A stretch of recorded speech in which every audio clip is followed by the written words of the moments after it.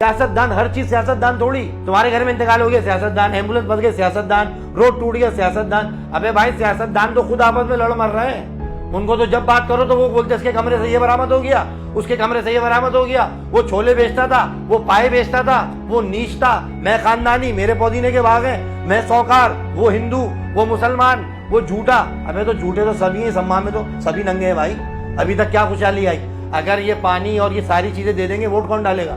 मेरे घर में मुझे पैसा टाइम पे मिलता है, मुझे अच्छा कपड़ा मिलता है, मैं किसी पार्टी को ज्वाइन नहीं करता। बताऊं क्यों? मुझे सारी चीजें मिल रही हैं। जब मैं 6-7 भाई होंगे, मुझे खाने को नहीं होगा ना, मैं किसी पार्टी में कुर्सी डाल के बैठ जाऊंगा। सारी कच्ची आबादियों में सियासत हो रही है, खाने को नहीं है उनके पास। डिफेंस क्लिफ्टन जाओ, कोई बाहर भी नहीं निकले नारा मारने के लिए। क्यों?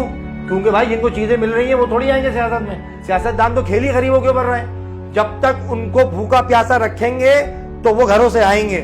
जब पेट भरा दोगे, खाली पेट पे करता है शेर शिकार, और जब भर जाता है ना तो नेशनल ज्योग्राफिक में देखो, नीचे बैठा तो दरख्त के ज़ेबरा गुजर रहे होते, कह रहे गुजरने से बाद में देखेंगे। ऐसा ही है ना। तो जब पेट भर देंगे सियासतदानी गरीबों के, तो कहां से वोट मिलेगा?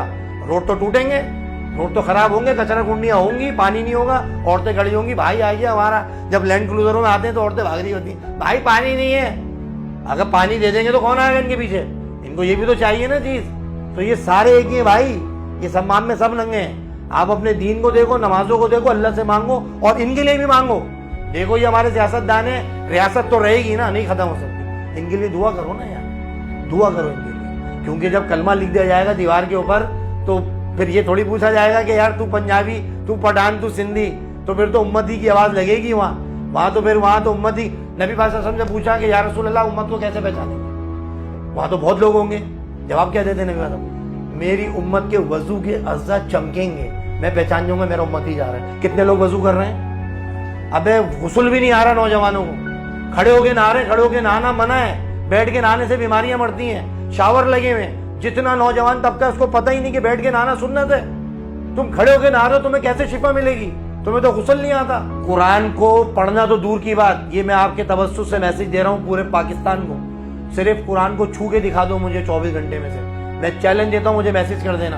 पढ़ना तो दूर की बात, तुम छू भी नहीं सकते। तुम इतने बिजी हो अपनी जिंदगियों के अंदर कि तुम कुरान को जो अलमारियों पे रखे हैं ना धूल में, वो जो रमजान में निकलते हैं वो भी 10-12 पारे पढ़ते हो, फिर हिम्मत आ रही है तो एंड में फिर बाजारों की नजर हो जाती है। तो तुम जो है, ये बात हजरत अली का कौल है कि जब मुझे अल्लाह से बात करनी है तो मैं कुरान पढ़ता हूँ, और मैं चाहता हूँ मैं अल्लाह से बात मैं करूँ तो मैं नमाज पढ़ता हूँ। क्या ये कुरान हमें आखिरत में पकड़ेगा नहीं? बिल्कुल भाईजान, घरों में रख रहे हैं ये पढ़ने की चीज। और पढ़ते भी कौन है? बोल्टन मार्केट जाएं, वो गले पे बैठ के पढ़ रहा है क्योंकि सेल अच्छी हो जाए, 2 लाख की सेल हो जाए। मैंने बोला बात सुन, ये नोट छापने की मशीन नहीं है, ये कुरान है, ये समझने की चीज है। तुम गुल्ले पे बैठ के इसलिए पढ़ रहे होते हो, 12 बजे ज़वाल के वक्त तुम दुकान खोल रहे हो। आप बात समझ रहे हैं?